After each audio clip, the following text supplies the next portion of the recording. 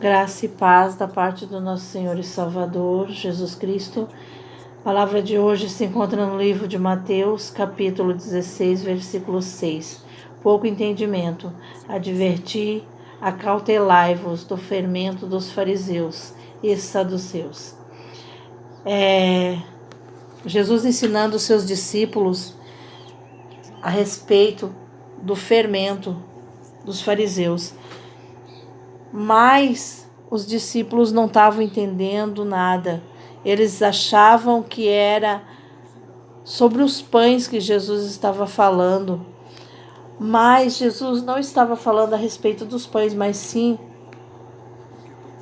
da forma que os fariseus ensinavam o povo, da forma que os fariseus viviam uma vida errada, pecaminosa.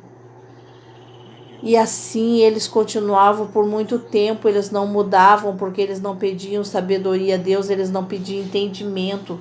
Eles usavam seus próprios conhecimentos, seus próprios entendimentos. E é disso que temos que cuidar. Com o nosso próprio entendimento, temos que pedir discernimento ao Senhor, temos que pedir sabedoria para que nós venhamos entender a palavra do Senhor, para não falar ela de qualquer jeito. E os fariseus faziam isso. Eles falavam a palavra de Deus conforme eles entendiam, conforme eles queriam. E era isso que Jesus estava dizendo. Cuidado. Cuidado com esse tipo de palavra, com esse tipo de entendimento que vocês estão entendendo, com o fermento dos fariseus. E os discípulos, eles não estavam entendendo aquilo ali. Não estavam entendendo o que Jesus estava querendo dizer para eles a respeito da palavra.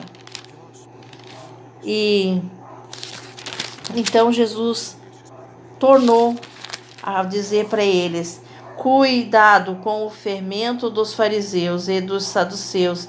Então os discípulos entenderam que ele não estava dizendo que tivesse cuidado com o fermento usado no pão, mas com o ensinamento dos fariseus.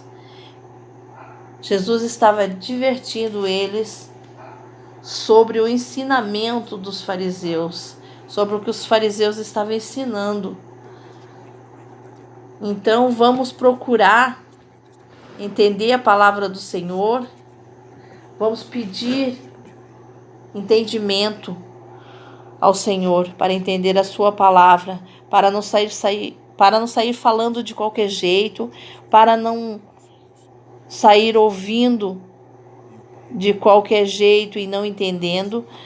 Que o Senhor venha nos dar graça, que o Senhor venha cuidar de nós, porque os fariseus procuravam fazer as coisas da sua própria maneira, do seu próprio jeito, ensinar o povo do jeito deles e não do jeito do Senhor.